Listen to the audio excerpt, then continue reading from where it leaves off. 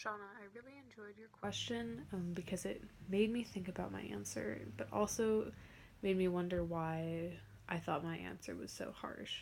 Um, I do not think it's justified in any way to have one country dominating another in terms of intimidation or power.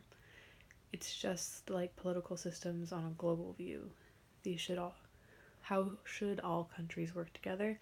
Democratically, preferably, like through agreements such as the United Nations. However, does this really happen?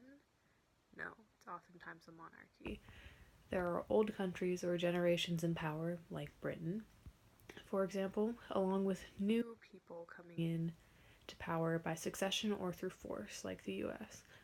Oftentimes, monarchs befriend other monarchs to keep tabs on them, like with the US's relation to China, and there also are and will always be enemies of the reigning crown, like North Korea.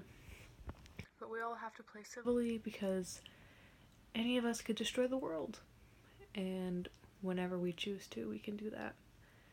Every other country that isn't on this top pedestal in the monarchy is just along for the fallout.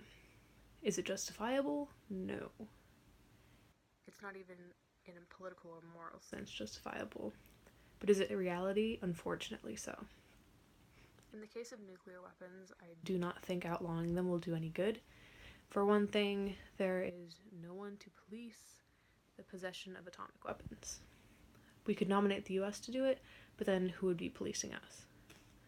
For another of the countries that have nuclear weapons, none of us trust each other enough to give up these weapons. I mean, when the dictator of North Korea says that they have successfully developed intercontinental ballistics that could basically target any country on 5 out of 7 of the world's continents, I would not want to give up my weapons either.